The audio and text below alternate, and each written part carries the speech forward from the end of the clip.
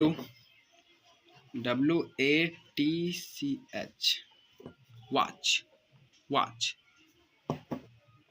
Okay, और है एक और ले लेते हैं W का, पहले Y का एक ले लेते हैं, ईयर। इसे ईयर नहीं बोला जाता, यह है एयर। क्या है? एयर। मतलब Y नहीं बोली जाती है, ईयर बोला जाता है, ई प्रोनाउंस किया जाता है। ऐसे ही वेल है, well.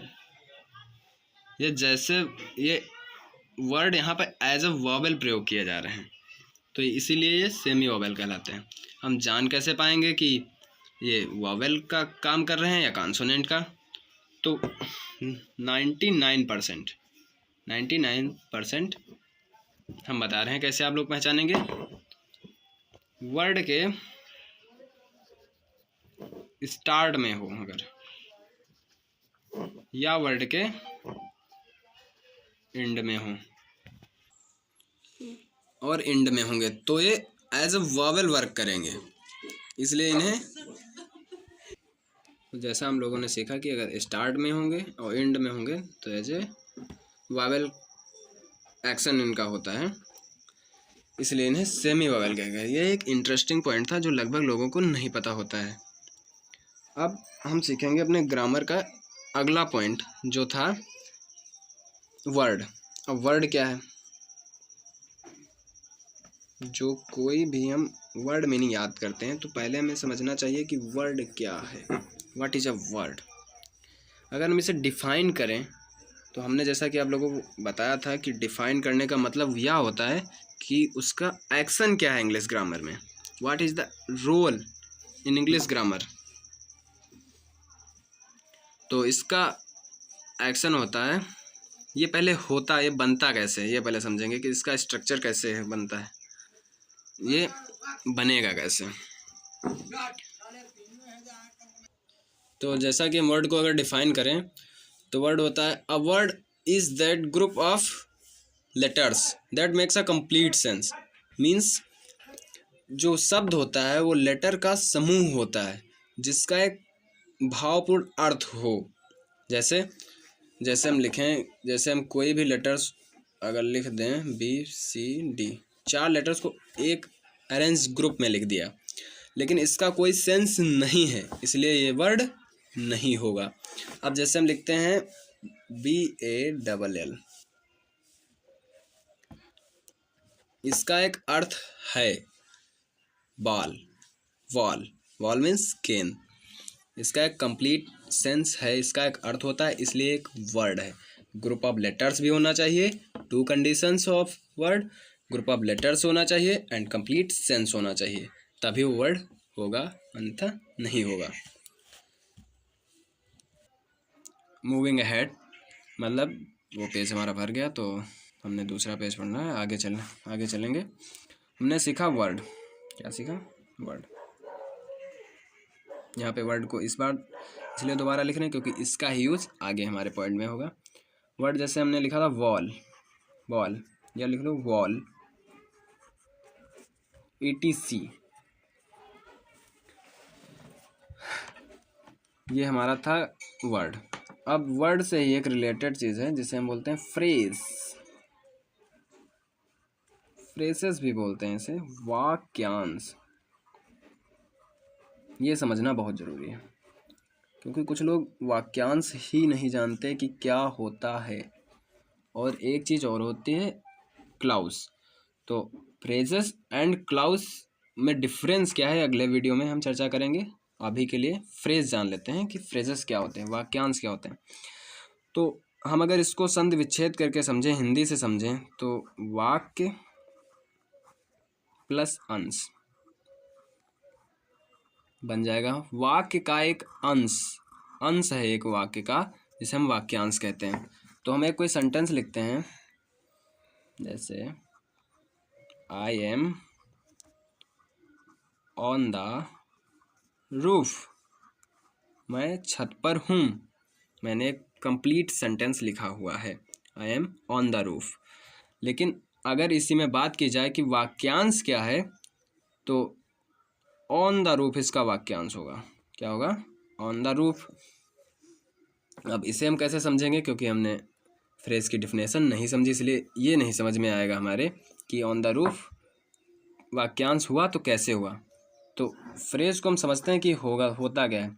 Phrase is a group of words but it has a not complete sense. इसका एक कोई पूर्ण अर्थ नहीं होता है। कैसे? ग्रुप ऑफ वर्ड्स है, ऑन हमने लिखा, द लिखा, रूफ लिखा, ये भी एक अपने आप में वर्ड है, ये भी एक है वर्ड। तीनों वर्ड के अपने अपने अर्थ हैं, इसलिए वर्ड हैं, और तीनों वर्ड एक साथ लिखे गए इसलिए वर्ड ग्रुप हुआ। क्या हुआ? वर्ड ग्रुप हुआ। ये वर्ड का एक समूह हुआ, लेकिन इसका कोई कंप्लीट सेंस नहीं है, कंप्लीट अर्थ नहीं निकलेगा इसका। कैसे? देखो समझो। ऑन द रूफ, छत पर, छत पर। अब कौन छत पर? पता नहीं चल रहा है कि कौन छत पर, कि कोई लड़का है, लड़की है, मंकी है, या कोई पेट एनिमल है। कौन छत पर, ये हमें कंप्लीट सेंस नहीं पता चल रहा इसे पढ़कर। और इसी में जब हम आई एम जोड़ देंगे तो मैं छत पर हूँ, पता चल रहा है कि कौन छत पर है, कंप्लीट सेंस निकल रहा है। तो ये सेंटेंस हुआ और ये इसका फ्रेज हुआ। इसी तरह होता है ब्लू आइस। इस पर एक सेंटेंस लिख के ट्राई करते हैं। She has blue eyes. Blue eyes, she has blue eyes. उसकी नीली आंखें हैं। सी हैज़ ब्लू आइस, उसकी नीली आंखें हैं। तो यहाँ पे जो ब्लू आइस होगा वो फ्रेज होगा, वाक्य का एक अंश होगा। That's it. आप लोगों को समझ में ना आए हो तो हम इसको फिर से समझाने की कोशिश करते हैं। हम एक बार इसे फिर से समझते हैं, जिसलिए आप लोगों को ये हमेशा हमेशा के लिए समझ में आ जाए कि फ्रेज क्या है। What is the difference between phrase and sentence and clause. कुछ भी कह सकते हैं, अगर क्लाउज भी जोड़ेंगे तो अमंग का यूज़ करना पड़ेगा, वो कंजक्शन का क्वेश्चन है। हम यहाँ पर समझते हैं कि फ्रेज क्या है। फ्रेज शब्दों का समूह है। क्या है? शब्दों का समूह, जिसका कंप्लीट सेंस नहीं होगा। ये आप लोगों को बात ध्यान रखनी है कि इसका कंप्लीट सेंस नहीं होगा। अगर कंप्लीट सेंस आ जाएगा और ग्रुप ऑफ वर्ड्स होगा तो सेंटेंस की डिफिनेशन होती है, ना कि फ्रेज की होती है। हम लोगों ने सीखा कि वर्ड, तो वर्ड कैसे बना? लेटर्स का ग्रुप था लेकिन कंप्लीट सेंस था। फ्रेज कैसे बना? वर्ड का ग्रुप था लेकिन कंप्लीट सेंस नहीं है। ये वाक्य का अंश होता है, ना कि वाक्य होता है। जैसे हम लोगों ने यहाँ पर समझा, यहाँ पर और कुछ समझ सकते हैं एग्जाम्पल के थ्रू। जैसे ब्लू आइस, इसी को लिखते हैं। जैसे इसका एग्जाम्पल है ब्लू आइस, कुछ भी लिख सकते हैं लेकिन वो सेंटेंस में यूज किया जा सके। इन द गार्डन, और लिखना चाहें on the way, on the spot, कहते हैं on the spot, on the spot, तुरंत। इसका क्या अर्थ होता है? तुरंत। तुरंत कोई काम करना है तो ऑन द स्पॉट इसको बोलते हैं। ऐसे आप बहुत से वाक्य लिख सकते हैं, वाक्यांश लिख सकते हैं जो वाक्य में प्रयोग किए गए हों। अब हम लोग इसका सम अप करेंगे कि हम लोगों ने क्या सीखा। सम अप करना इसलिए ज़रूरी होता है कि हमें जितना सीखा है एक वीडियो में वो लास्ट में रिकॉल हो जाता है। पूरा 2 से 20 सेकंड में ये पूरा रिकॉल हो जाता है कि हम लोगों ने क्या सीखा। हम लोगों ने सीखा वर्ड।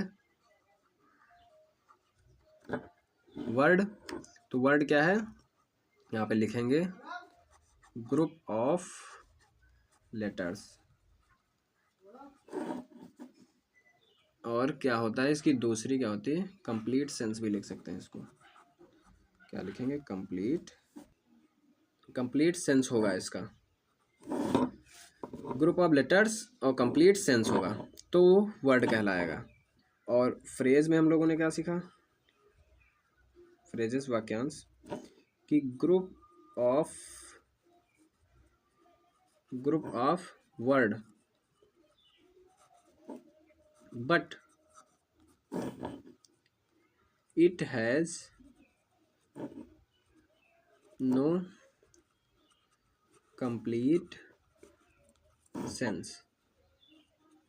मगर इसका कोई पूर्ण अर्थ नहीं निकलेगा। ये हम लोगों ने सीखा। अगर ये वीडियो आपको अच्छी लगी हो तो इस वीडियो को लाइक ज़रूर करें, अपने दोस्तों के साथ शेयर करें और बने रहें हमारे साथ इंग्लिश ग्रामर सीखने के लिए फ़न वे में।